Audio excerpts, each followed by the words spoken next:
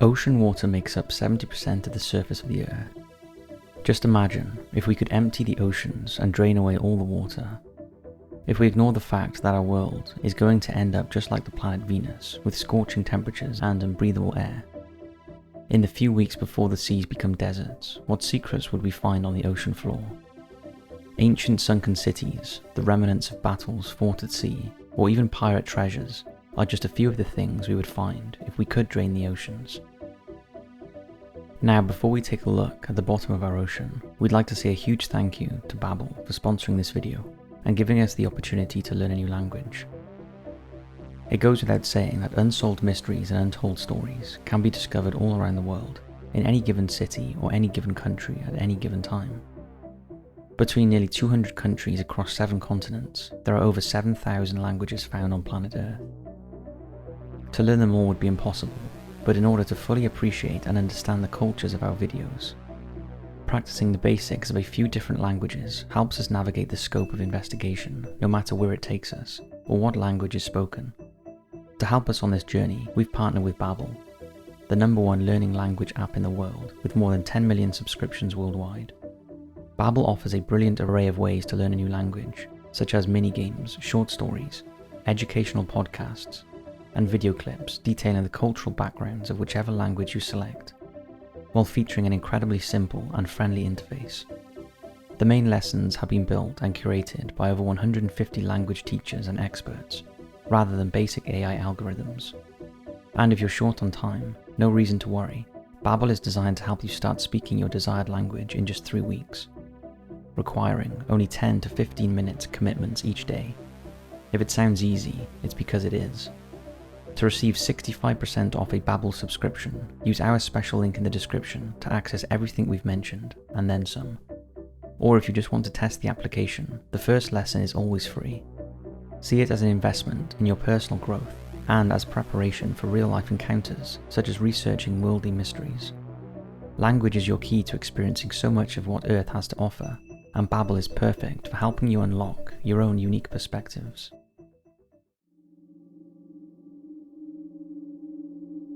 Sunken slave ships. Britain was the biggest trafficker of Africans for over 400 years. Its great wealth was fueled by the transatlantic slave trade. It's hard to imagine the journey made by those 12 million poor souls captured during the shameful periods of time. First, men, women and children would be snatched or sold from their native villages and then taken and held at barracoons along the West African coast. Many died in these interment camps even before the boats arrived. But those who lived had to suffer the horror of life on a slave ship as they were transported away from their homes and their loved ones. Sadly, many of these ships were lost to the sea before the captives had even sighted the coasts of North and South America and the Caribbean. The floor of the Atlantic has been described as a graveyard and a crime scene because more than 2 million of those people trafficked died en route. Conditions on board the ship were horrific. The owners wanted to cram in as many enslaved as possible to maximize space and make each trip as profitable as possible. The people were kept naked, shackled together, with hardly any room to move. They were underfed and treated with violence and cruelty. Now that the water is gone, the Clotilda would be just one of many slave ships found sitting on what was once the ocean floor in the Gulf of Mexico. In 1859, the Clotilda had illegally travelled from Benin in Africa to Mobile, Alabama. Timothy Meeher, a wealthy shipyard owner, had made a bet that he could smuggle slaves into the US, despite the fact that their importation had been illegal since 1807. The Clotilda had 110 enslaved people on board who were taken ashore and given away to the financial backers of the venture. Timothy then set the Clotilda on fire and sank her to hide any evidence and avoid any punishment. She was known as the last slave ship. Yet another sunken slave ship that would now be exposed in the Gulf of Mexico would be the Guerrero. It was wrecked in 1827 and was carrying 561 Africans. By this time, international slavery had been banned in Britain for 20 years, in the US for 19, and in Spain for 7. Nevertheless, the Spanish laws were generally ignored, and the Cuban colonists welcomed regular deliveries of slaves for enforced work on their sugar plantations. The British had patrols to capture slavery vessels on the African coast and around the Cuban capital of Havana. The warship HMS Nimble spotted the Guerrero and gave chase. The sea battle commenced, and the Guerrero collided with Coral from the Florida Reef, tearing her hull open. The boat began to sink, killing 41 of the 561 slaves.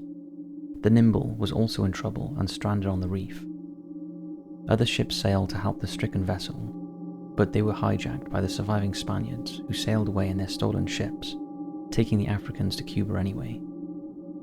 The Gulf of Mexico is not the only place where we will find the wreckage of lost slave ships. Just off what was once the coast of Suriname, in the South America, we will find that the North Atlantic Ocean has been emptied of water, and what was once the mouth of the river Maroni, we will discover that Lezuiden, during her 10 voyages as a Dutch slaver, she carried 6,564 enslaved. 1,639 did not even survive the journey.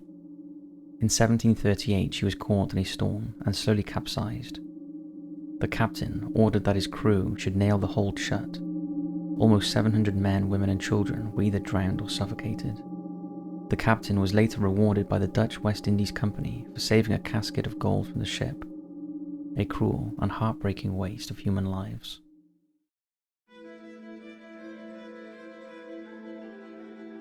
Pirate treasure. The 17th century has long been associated with swashbuckling adventures and villainous buccaneers. Now that all of the water is gone, we may have a chance of finding some of the infamous pirate treasure thought to be out there. William Kidd, who became known as Captain Kidd, was born in Scotland in 1645. He began his career as a legitimate privateer who was employed by the East India Company to apprehend any pirates who would often attack their ships. After having set sail on his ship, the Adventure Galley, in 1696, he decided to turn to piracy himself. 2 years later, he hijacked the Quebec merchant.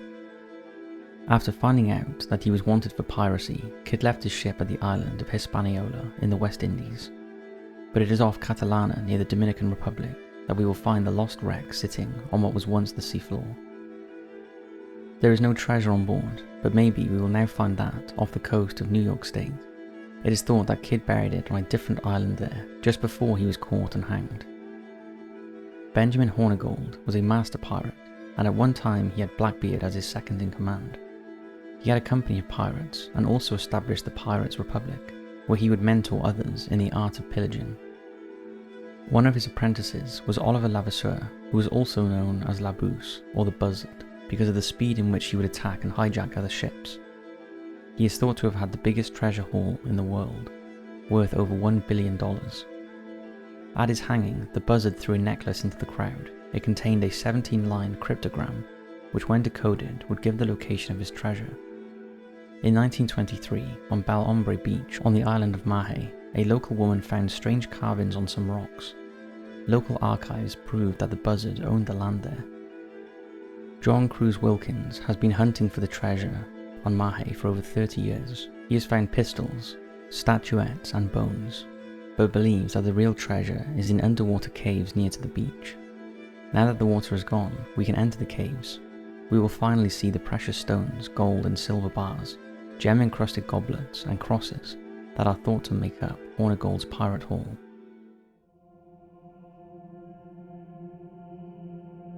Lost treasures of the Mediterranean.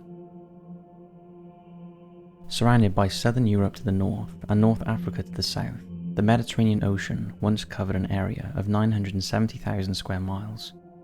Now the body of water that played a major part in the history of Western civilization has gone. It was once home to the ancient empires of the Romans, Greeks and Egyptians.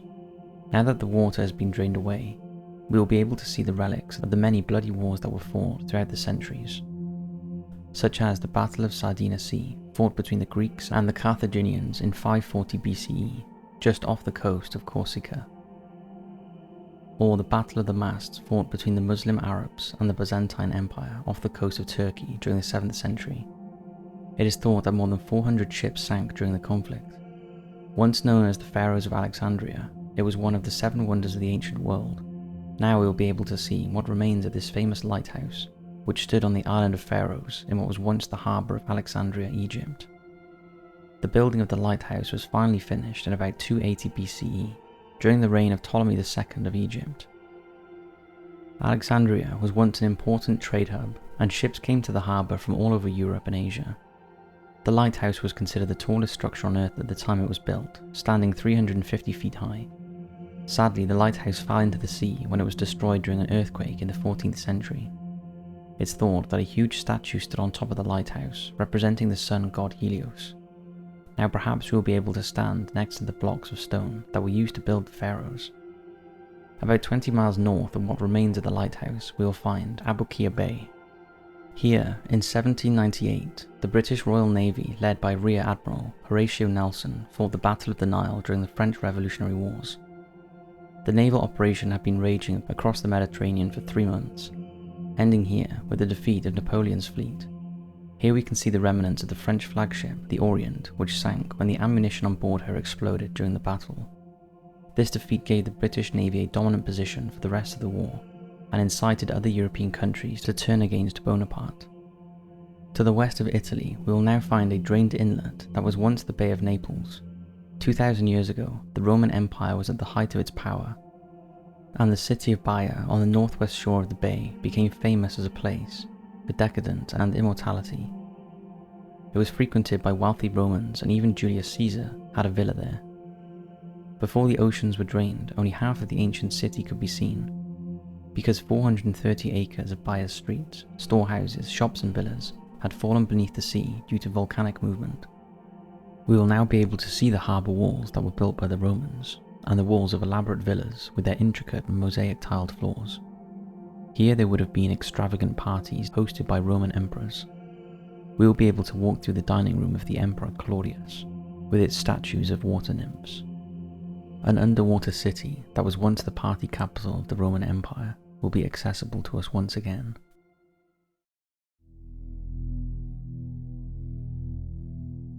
The North. King John the Bad reigned over England in the 13th century. Although he was known for the founding of Magna Carta, an early Bill of Rights, he was an exceptionally cruel man and used starvation as a form of punishment. At one time he starved 12 knights to death at Corfe Castle. He plotted against his own brother Richard the Lionheart and arranged the murder of his own nephew, all in order to seize the throne, which in 1216 he was fighting against the French to retain. John contradicted dysentery and was crossing an area known as the Wash so that he could get back to Newark Castle. The Wash was a bay on the east coast of England.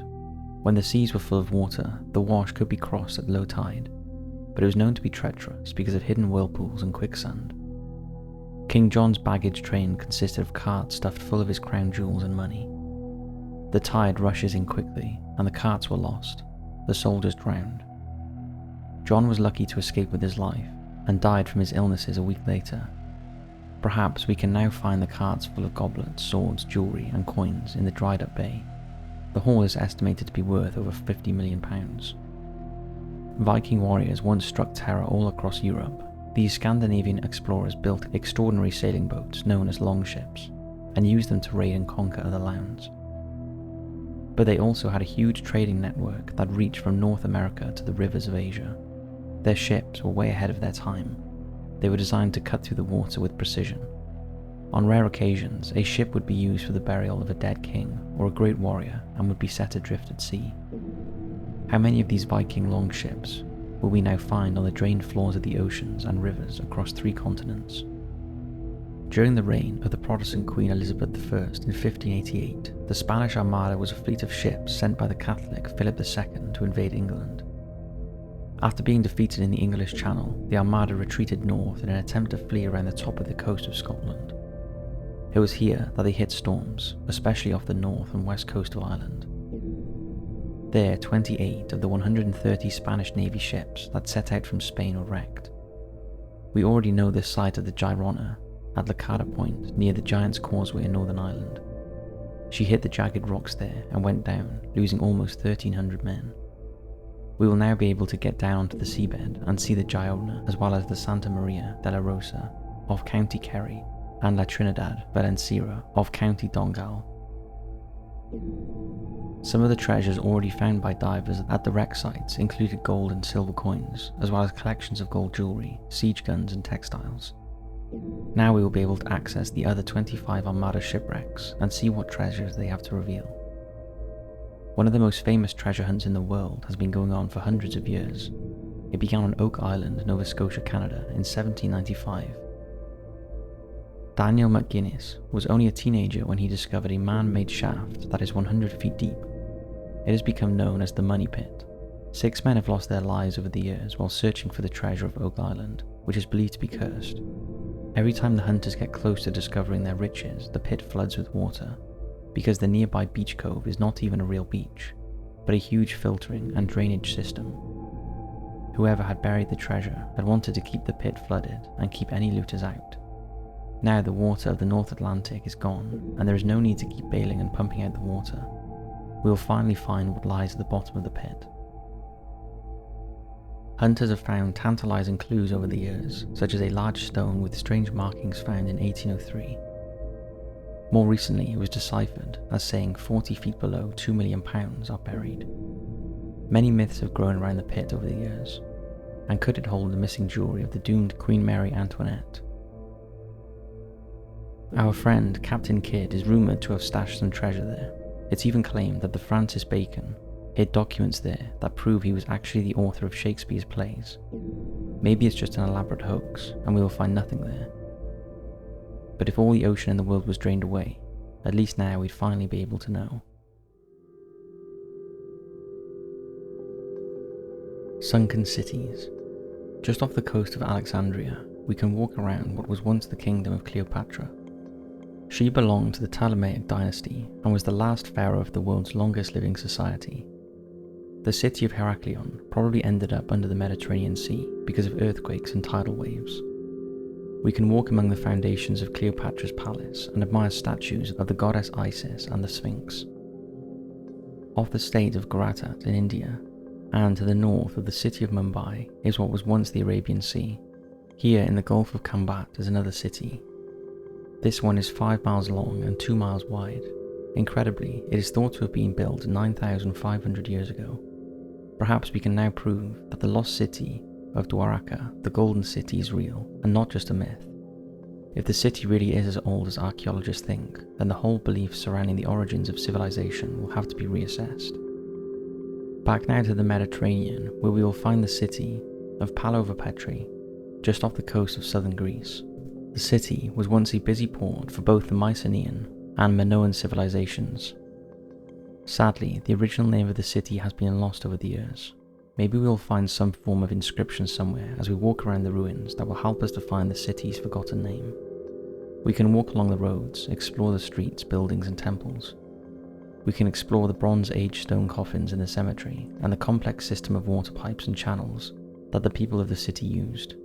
We can even walk into the large plaza that stands at the center of the city and imagine what life was like 5,000 years ago. And finally, we can revisit the Caribbean Sea to walk through the ruins of what was once referred to as the wickedest city on earth, Port Royal. At the height of its notoriety, Port Royal was an exciting place and a hub for traders of expensive goods from all over the world.